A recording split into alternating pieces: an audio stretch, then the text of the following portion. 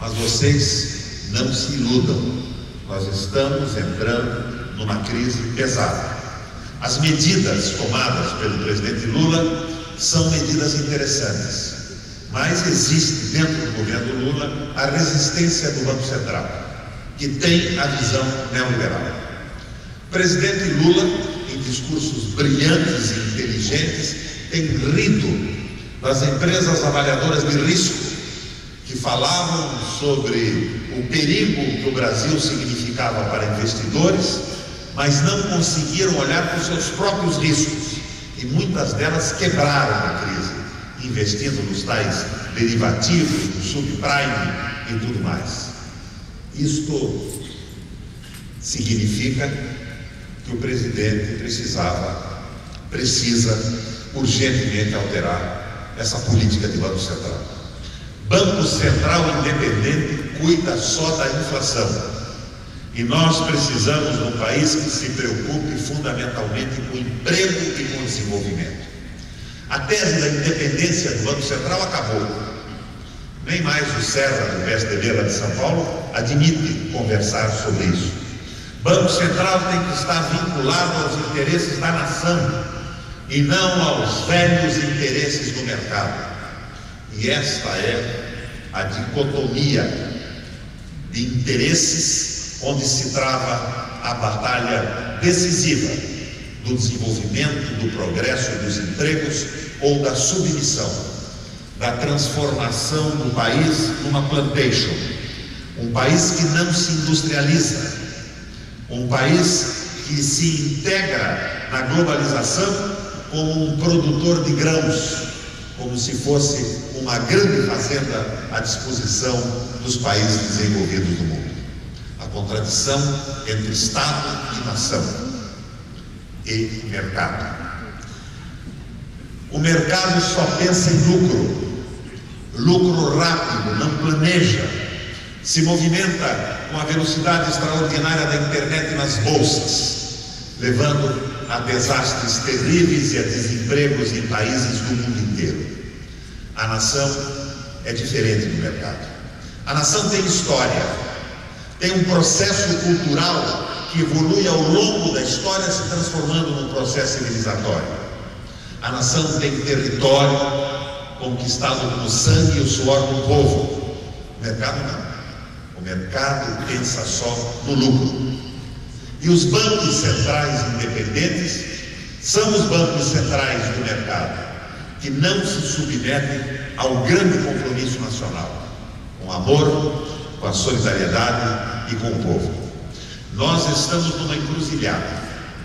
Eu não quero que esse seminário seja apenas um seminário técnico, falando no que o governo pode fazer, porque se os remédios fortes não forem receitados para a nossa economia, muito pouco poderemos fazer. Estaremos diante da perspectiva de ter que cortar os programas anunciados, por uma queda extraordinária na arrecadação e o desespero dos desempregados. Então, atentos todos para o que acontece no Brasil e o que acontece no mundo. Temos que procurar caminhos. Os remédios que eu expus não são meus, não são originais, mas são os que me parecem mais apropriados dentre todos que foram aventados até esse momento. O discurso do presidente da República tem sido forte, mas todos nós sabemos que nós vivemos uma dicotomia. Dentro mesmo do governo, os que se vinculam ao mercado, às ideias fernando-henriquistas da globalização, do desenvolvimento através da dependência, os que não acreditam no país, que acham que o mercado resolve tudo, que a ganância é um instrumento de progresso, e os que acreditam no planejamento, como colocou ele, de longo prazo, que acreditam que medidas podem ser tomadas, e é preciso que o Brasil saiba que o presidente Lula tenha presente, de forma constante e definitiva, que o Paraná o apoiará em medidas em defesa do país, do emprego e da industrialização. Se nós conseguirmos esta virada na política do Banco Central, reforçando o verdadeiro Lula, o Lula dos discursos, da origem operária, o Lula que sofre e sente o sofrimento do povo, nós estaremos num bom caminho. Caso contrário, tudo que possamos dizer a vocês nesse seminário não passará de ideias do que nós poderíamos fazer se a crise dos Estados Unidos não quebrasse o país. O Brasil tem possibilidades absolutamente incríveis. O pré-sal, o petróleo abaixo da camada de sal, descoberto no nosso país, existe uma quantidade simplesmente extraordinária. Mas de quem será esse petróleo? Da nação? Petróleo para o desenvolvimento, para a garantia de empregos? Ou no modelo Fernando Henriquista, colocado em leilão para que empresas deles se apropriem com a sua condição de extraordinárias empresas internacionais? Eu venho da Arábia Saudita, de Dubai, dos Emirados, e numa viagem ao Japão. E em Dubai, nos Emirados, eu perguntava ao ministro do Planejamento: e o petróleo de vocês? De quem é? Ele diz: é nosso. Cada litro é nosso. Mas nós, governador, estamos abrindo as nossas empresas. E eu perguntei como eles estavam abrindo. 60% de cada empresa petrolífera é do Estado. Os outros 40% são dos sheiks.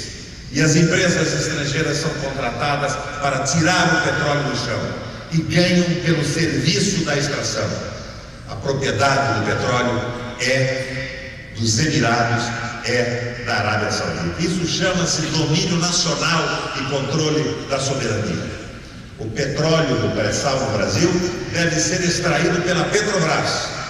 Mas como o Fernando Henrique já vendeu 60% da Petrobras, é importante que a Petrobras, que tem o controle do Estado brasileiro, extraia o petróleo, mas que a propriedade do petróleo extraído no pré-sal seja da nação, utilizada para investimentos pesados em infraestrutura. Aquela famosa correção keynesiana do Estado investir pesadamente durante a crise para gerar empregos e criar a expectativa do desenvolvimento. Controle do câmbio, financiamento para as empresas privadas e centralização dos empréstimos resolvem o problema nacional. De nossa parte, nós estamos com essa política há muito tempo.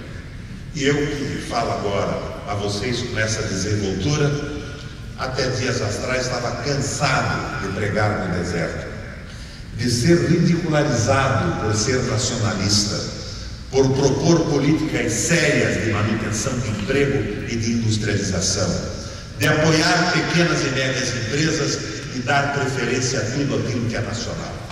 As empresas estrangeiras são importantes, as exportações são importantes. Nós precisamos de moedas para garantir as nossas reservas.